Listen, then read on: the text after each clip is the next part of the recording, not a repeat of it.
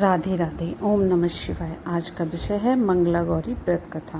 मंगला गौरी व्रत के दिन करें इस कथा का पाठ, अखंड सौभाग्य का मिलेगा वरदान। मंगला गौरी का व्रत सावन महीने के मंगलवार के दिन रखा जाता है।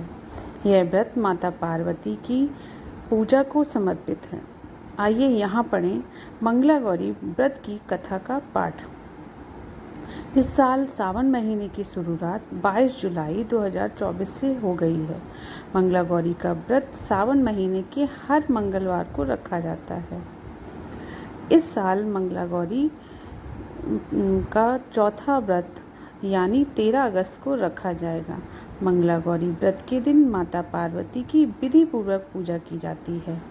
ऐसा माना जाता है कि मंगला गौरी व्रत रखने से वैवाहिक जीवन में आ रही समस्याएं समाप्त होती हैं। इसके साथ ही अखंड सौभाग्य के लिए मंगला गौरी का व्रत करना बहुत ही शुभ माना जाता है।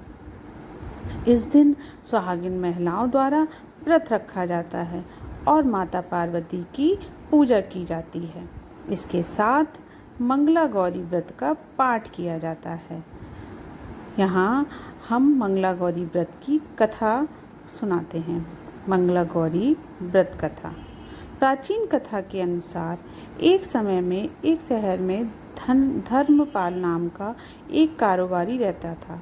उसकी स्त्री बहुत ही खूबसूरत थी और उस व्यापारी के पास बहुत सारा धन दौलत था। लेकिन इतना सब कुछ होने के बाद भी वो दोनों बहुत उदास रहते थे क्योंकि उनकी कोई भी संतान नहीं थी। कुछ साल बाद भगवान की कृपा से उनको एक पुत्र की प्राप्ति हुई, लेकिन उसकी आयु अल्प थी।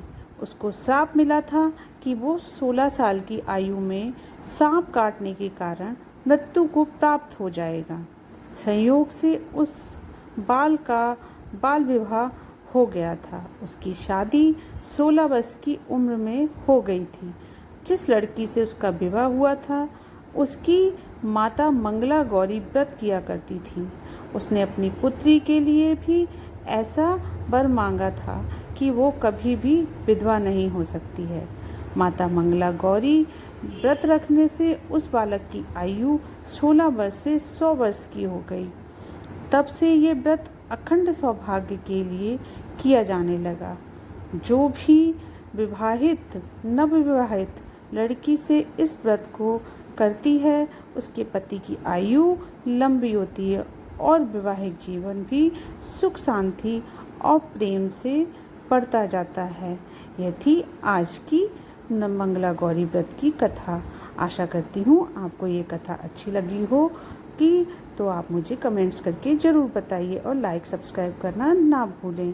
राधे राधे। ओम नमः शिवाय।